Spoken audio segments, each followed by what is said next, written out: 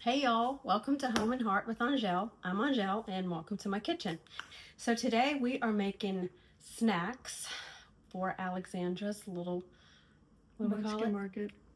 Yes, it's a kids run market. It's like at like a farmer's market where they show up, bring their tent, all their supplies, whatever they want to sell, homemade goods, purchased goods, and they run the whole thing. Parents are allowed to be there, but we're not allowed to help. So we are making a video on Allie's choice of snacks that she is providing for the market.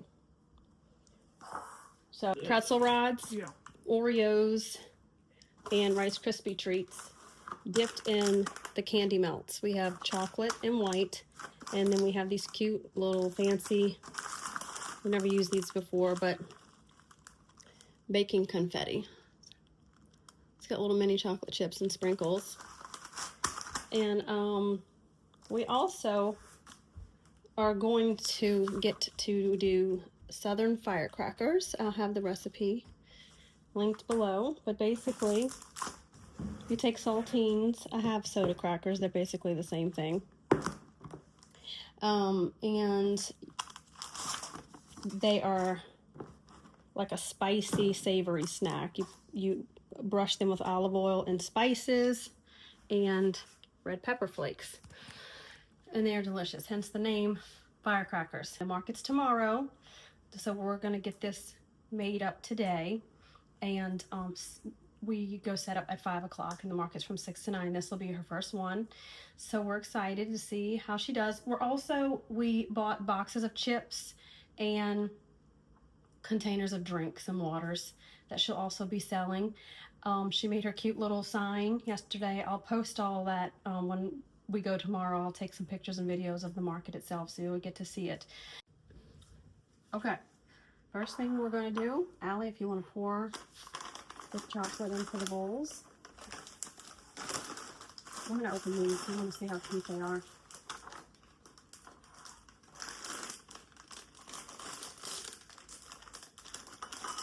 Oh, they're big M&Ms. Oh, I thought there would have been minis. The sprinkles. They have stars in there too. And chocolate, little white chocolate chips. I don't think we're going to be able to melt all these at once. Okay, well maybe just do half at a time.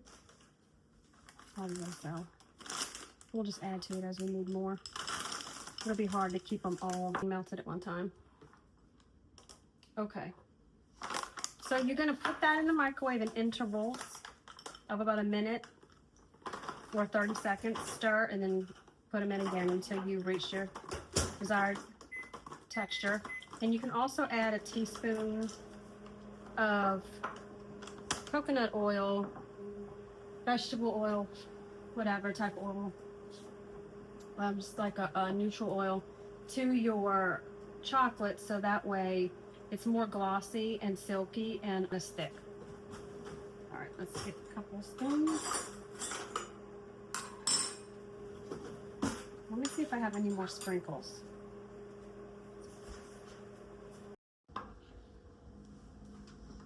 So this, how many intervals did you do? 2? At 1 minute? 1.5. So this is why you add oil. There is no way we're going to be able to dip anything in this. So I'm going to go and put some coconut oil. One of my children put it in the refrigerator. So it's a little hard to get out the container. Could use vegetable, but I prefer to use coconut. Packed to better oils. A little more.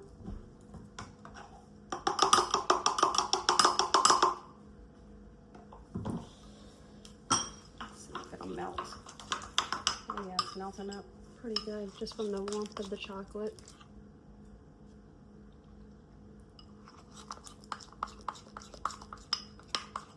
Much better consistency. I might want a tiny, tiny bit more. If it's too thick, it's not going to go far enough.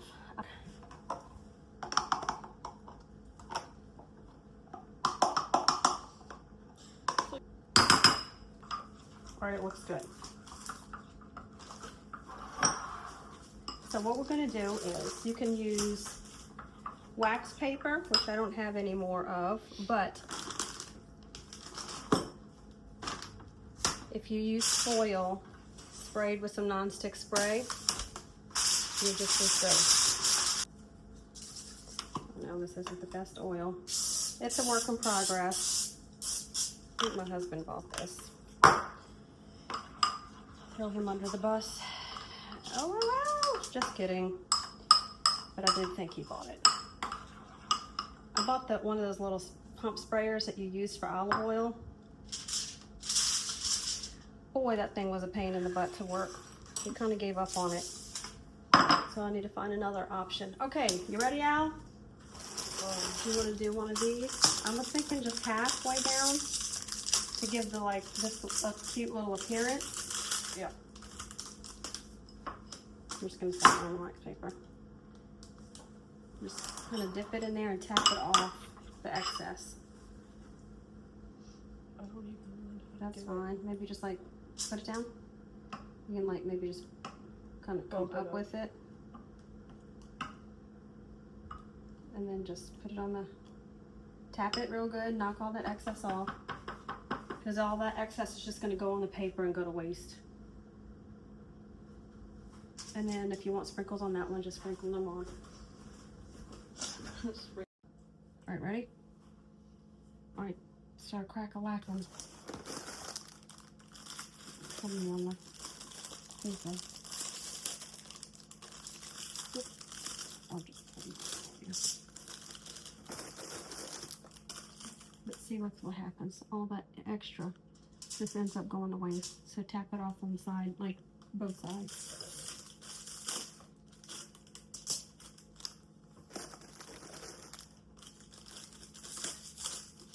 Music on in the background for this part.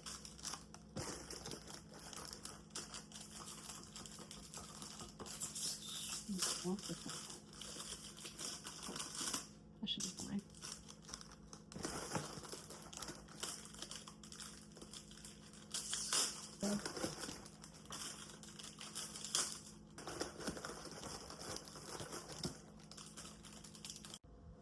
Okay, so I have a roast to make, so I figure while Allie's over there doing that, I can show you guys how I literally throw this together. This is the perfect weeknight meal because it's a dump and go. You're gonna be shocked. Here we go. Okay, in here I have thrown a 2-pound chuck roast right in. I did not brown it. I did not do anything special to it. Y'all already know. Nice amount.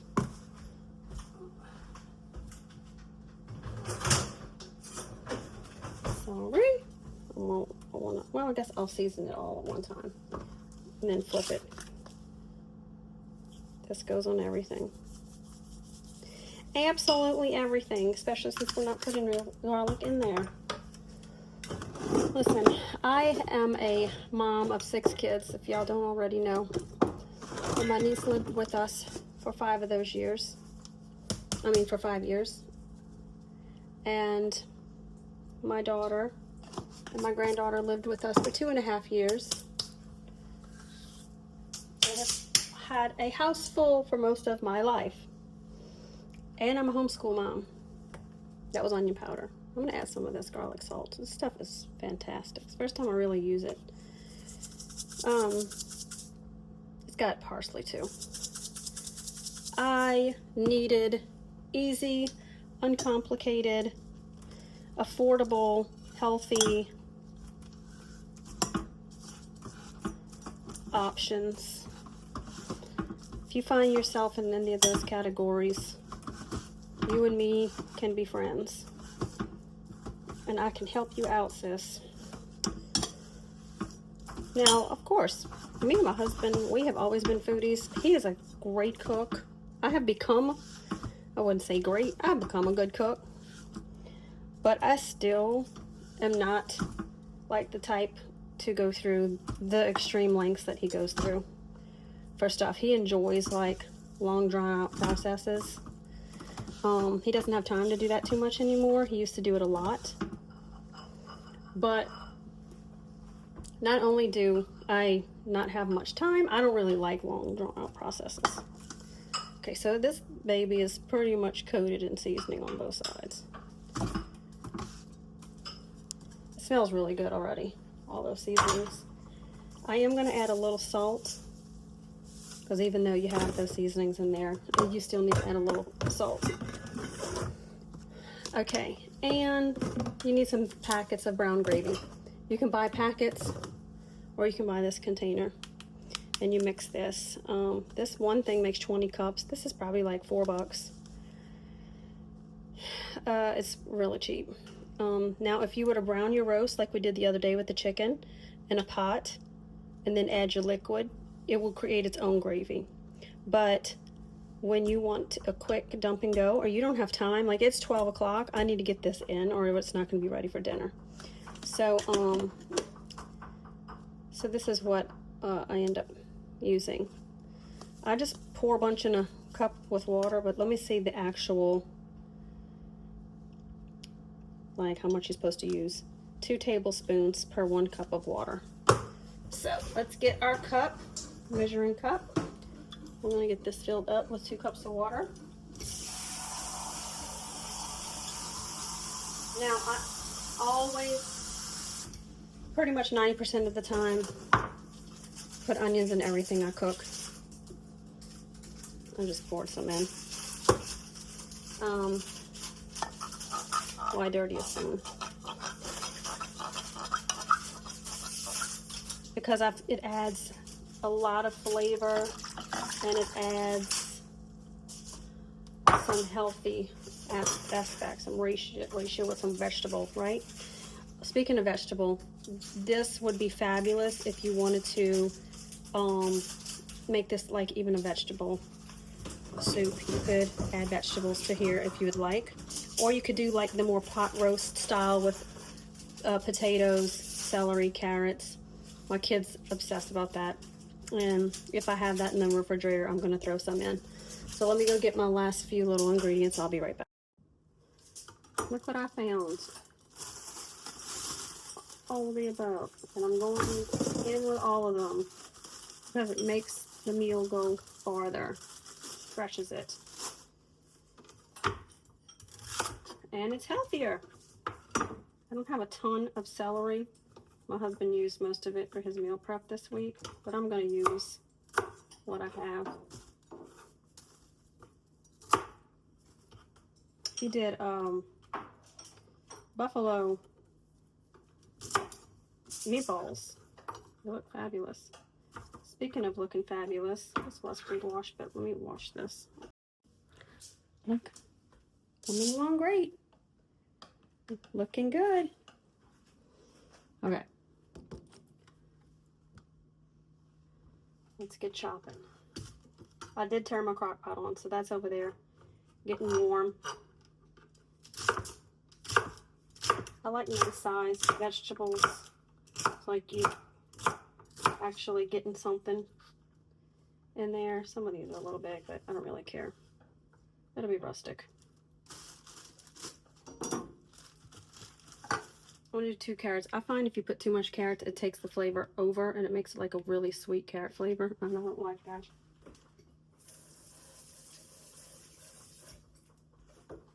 I've done that before. I just put too much carrots in there and I was like, dang, I didn't know that would happen. It did.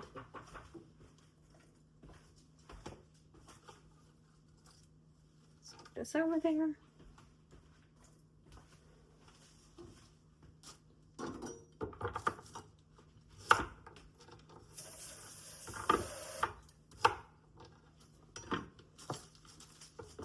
Who doesn't love a good pot roast, good chuck roast with brown gravy and rice?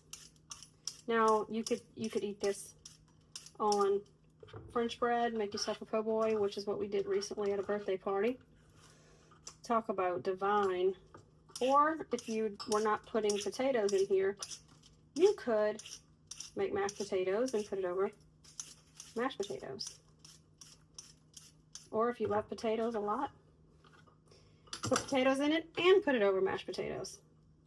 My family, we love rice, so that's what I'm going to put mine over.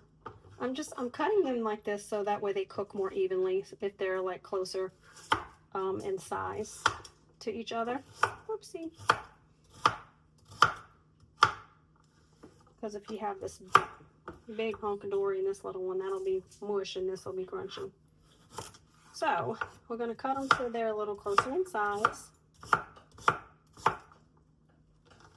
And we just love the rustic homemade-ness of this dish.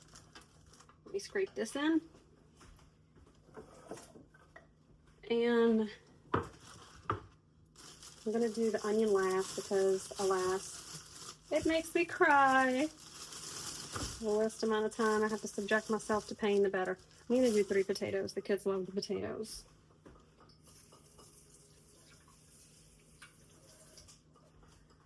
But this meal will last us for 2 meals at least, maybe even 3.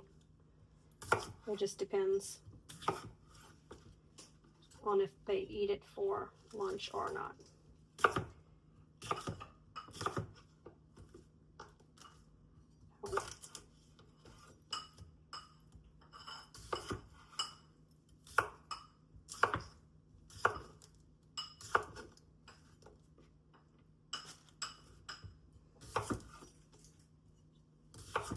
I didn't know how to make my own gravy for most of my adult life.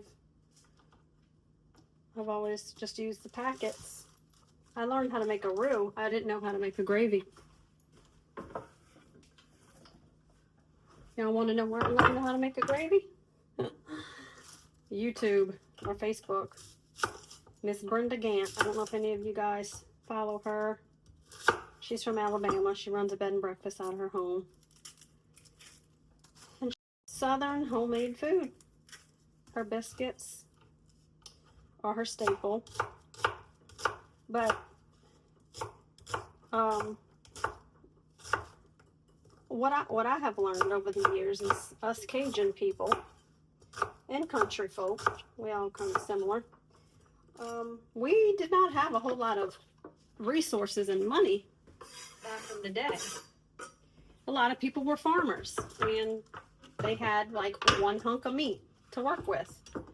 And the women learned how to really utilize what they were given and came up with some really amazing recipes over the years.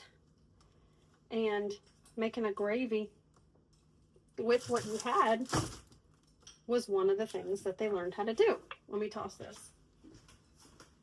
I don't know if we're gonna have enough chocolate for all of this. I'll say it. I might have one in the pantry. Let's see. Let's go back over here. So, looks good, huh? So what they did was you just take what you had, you slaughter your cattle, your chickens, your pigs, and you throw it in a big cast iron pot and you brown it up. And that browning it up causes the meat to stick to the bottom of the pan. And you throw your vegetables and all in there, and it creates a really, I'm gonna add a little bit more water, a little bit more gravy. It creates a really nice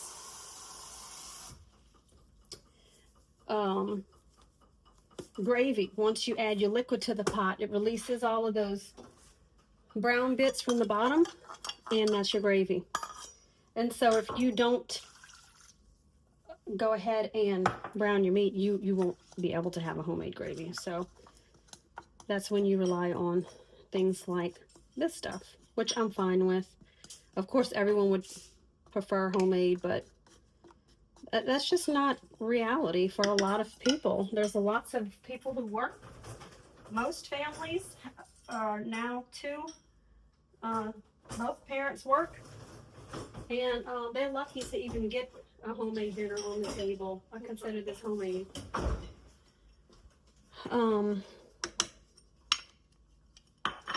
And I'll tell you what, it's really nice walking in the door and your home smells like a nice homemade cooked meal. And when everybody's coming in hungry, saying, Mom, what's for dinner? You actually can say, you guys, we are having roast tonight.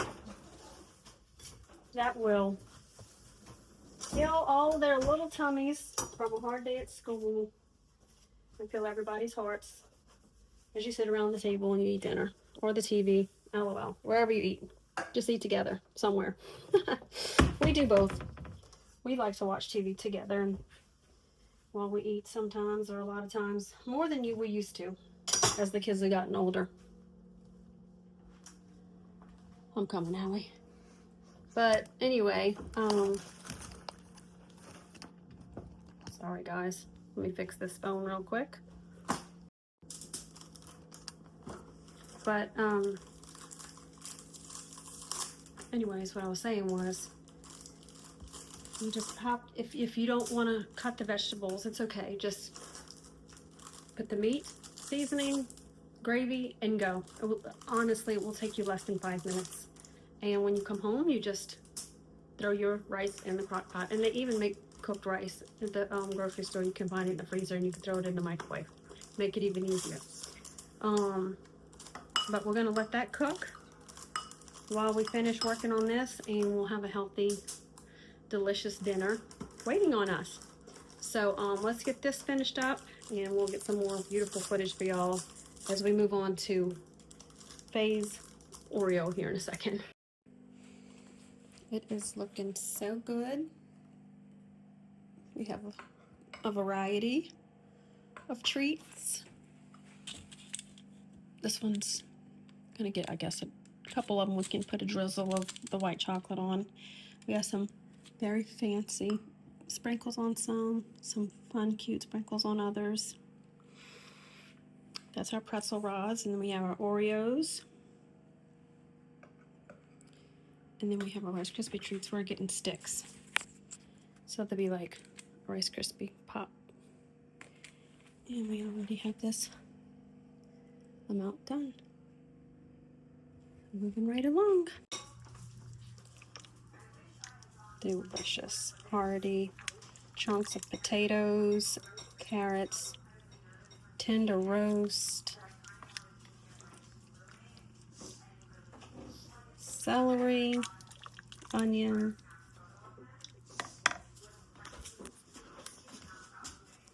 this is going to be yummy. And this is some of the treats that we didn't bag up. We bagged the other ones up already. Successful day.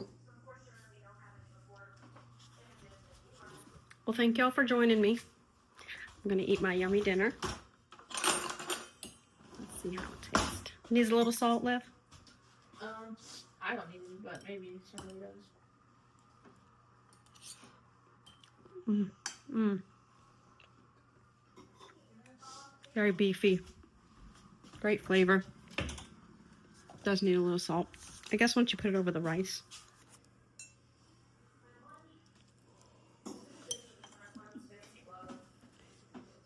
It's still really hot.